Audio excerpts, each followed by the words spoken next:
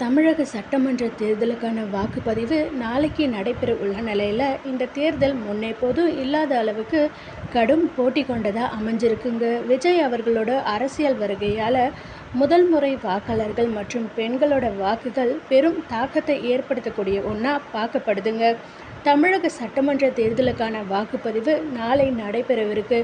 மொத்தம் 234 தொகுதிகளுக்கும் ஒரே கட்டமாக வாக்குப்பதிவு நடைபெறுதுங்க. தேர்தலுக்கான பிரச்சாரம் நேற்று மாலை 6 மணியோட ஓய்ந்திருக்குங்க. தமிழக அரசியல் வரலாற்றிலேயே கடுமையான போட்டி நிலவும் தேர்தல்களில் ஒன்றாக இந்த தேர்தல் பார்க்கப்படுதுங்க. பெண்கள் முதல் முறை வாக்காளர்கள் எஸ்ஐஆர் பணிகளால் சுமார் 40 லட்சம் வாக்காளர்கள் நீக்கப்பட்ட நிலையில் தமிழகத்தில் மொத்தம் 5,73,43,291 வாக்காளர்கள் இருக்காங்க. இதில் பெண் வாக்காளர்கள் மட்டுமே 2,93,04,905, ஆண் வாக்காளர்கள் 2,80,30,658 பேரும் இருக்காங்க. மூன்றாம் பாலினத்தவர்கள் 7,728 பேர் இருக்காங்க. வரும் தேர்தலில் ஆளும் திமுக ஆட்சியை தக்க வைக்கவும் அதிமுக மீண்டும் ஆட்சியை பிடிக்கவும் மல்லு கட்டுறாங்க. இருந்தாலும் இந்த தேர்தலை வெறுமனே இருமுனை போட்டி என சுருக்கமாக சொல்ல முடியாதுங்க. ஏன்னா விஜயின் அரசியல் வருகை இந்த தேர்தலில் கடும் போட்டியை கொடுத்துருக்கு.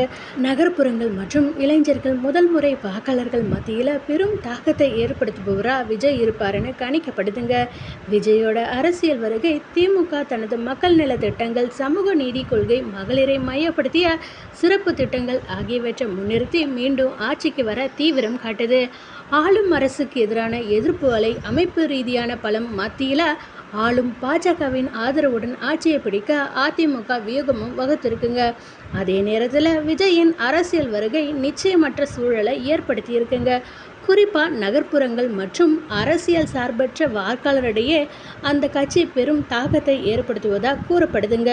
மிக சிறிய வாக்கு மாற்றங்கள் கூட கடுமையான போட்டி நிலவும் தொகுதிகளில் முடிவுகளை பாதிக்கக்கூடும்னு சொல்கிறாங்க. பெண் வாக்காளர்களில் பார்த்தீங்கன்னா தமிழ்நாடு அரசியலில் பெண்கள் வாக்குகளே இறுதி தீர்ப்பை தொடர்ந்து தீர்மானிக்கும் சக்தியாக இருக்குங்க.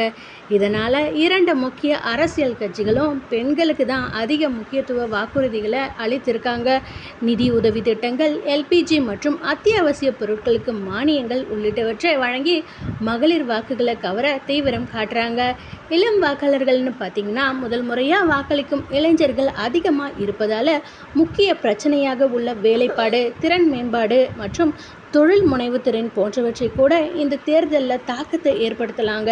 இளைஞர்கள் அதிகம் டிஜிட்டல் பயன்படுத்துவதால் டிஜிட்டல் பிரச்சாரம் மற்றும் சமூக ஊடகங்கள் பிரச்சாரமும் இந்த தேர்தலில் பெரும் தாக்கத்தை ஏற்படுத்தக்கூடியன்னு சொல்லியிருக்காங்க. நாளை தமிழகத்தில் வாக்குப்பதிவு தொடங்க உள்ள நிலையில் பெண்கள் மற்றும் முதல் முறை வாக்காளர்கள் எப்படி வாக்களிக்க போகிறாங்க மற்றும் விஜயின் அரசியல் தாக்கம் ஆகியவற்றையே மாநிலத்தில் இதே ஆட்சி நீடிக்குமா அல்லது அரசியல் மாற்றம் ஏற்படுவா என்பதை தீர்மானிக்கக்கூடிய சக்தியாக இருக்கும்னு நம்பப்படுதுங்க. முதல் முறை வாக்காளர்கள் அதாவது 18 வயது முதல் 19 வயது வரையில் 14,59,039 பேர் இருக்காங்க. 20 வயது முதல் 29 வயதுக்குட்பட்டவர்கள் 1,07,18,457 பேர் இருக்காங்க. 30 முதல் 39 வயதில் 1,16,13,490 பேர் வாக்களிக்க இருக்காங்க.